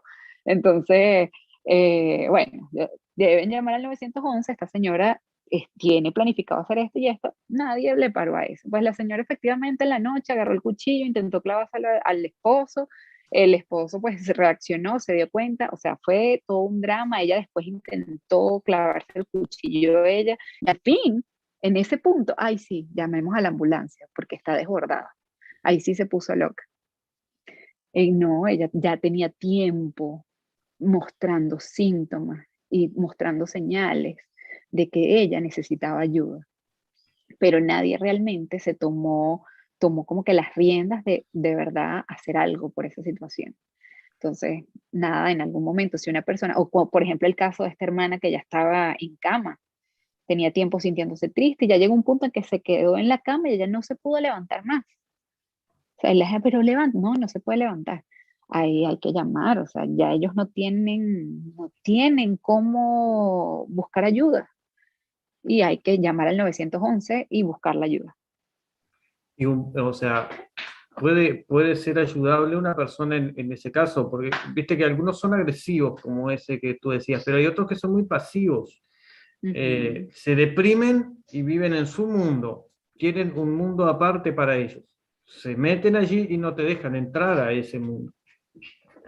Esa persona, Sí, llevarla por la fuerza vamos a decir, a un médico o el médico que sea, el profesional, perdón, que sea, ya sea psiquiatra, psicólogo, al 911, puede ser ayudable, naturalmente hablando. sí puede. Bueno, sí puede ser ayudable, pero no es que sea una persona, no, que es muy agresiva y de pronto va a llamar al 911 y llévense a esta persona porque está pasada de agresiva. No, o sea, sí, vamos a pedir ayuda a ese nivel eh, porque ya la persona está atentando contra la vida de otros o contra la vida misma de ella, o sea, contra su propia vida. Pero si esta persona no está atentando contra la vida de nadie, aunque sabemos que obviamente va a llegar un momento que no va a ser más difícil, no podemos hacer de otra, pues. Recomendarle, buscarle los números del psicólogo, del psiquiatra, del médico de emergencia, pero no podemos llevarla obligado a amarrarla y llevarla si no está en riesgo la vida de él o de ella o de otra persona. Tenemos espacio entonces quizá para dos preguntas más solo, porque ya le hemos preguntado bastante. ¿Depresión es lo mismo que mal carácter, Eliezer e Iris? No, no es lo mismo. Acuérdense que una cosa son las emociones y otra cosa son la depresión. La depresión es una enfermedad que cumple unos criterios diagnósticos, que es un estado de ánimo sostenido, un estado de ánimo bajo, sostenido por más de 6 meses. Ahí es cuando se hace el diagnóstico de depresión. En cambio, una persona que quizás se sienta triste o molesta en algún momento, no, acuérdense que las emociones son pasajeras. Ahora, si tiene mal carácter, y además del mal carácter, acuérdense que la irritabilidad es una de las características de la depresión. Si tiene mal carácter o es irritable, además de otros síntomas, y vemos que no lleva una vida funcional, podría ser que tuviera una depresión. No está de nosotros hacer diagnóstico a menos que pues, sea un profesional. En mi caso, yo como psicóloga podría hacer un diagnóstico utilizando una serie de pruebas psicológicas, viendo la vida y la historia clínica de esa persona, pero por ejemplo, yo no puedo ver una persona así y ya, no, esa persona tiene depresión, o sea, se requiere un proceso para hacer el diagnóstico. La última pregunta entonces. La depresión y la ansiedad, me la mandaron acá por privado, la depresión y la ansiedad, ¿tienen también relación? Sí, qué buena pregunta, muy buena, porque muchas veces se confunde. Muchas veces una persona está siempre ansiosa, como con esa sensación de desasosiego, y es una depresión.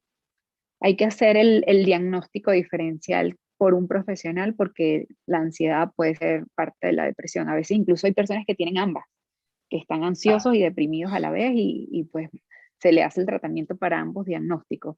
La diferenciación es en el estado de ánimo que prevalece. Por ejemplo, si es una persona que además de ansioso se siente triste, tuvo un evento traumático que hizo que, que estuviera como con facilidad para llorar, que tiene así con ese estado de ánimo por más de 6 meses, se hace la diferenciación del diagnóstico, pero son cosas diferentes que pueden ir juntas, pero no una cosa implica la otra. O sea, no porque alguien tenga ansiedad tiene depresión. Muy bien. Bueno, muchas gracias, Yamilet, por tu tiempo para con nosotros. Hemos disfrutado estas 2 horas 15 minutos que hemos compartido.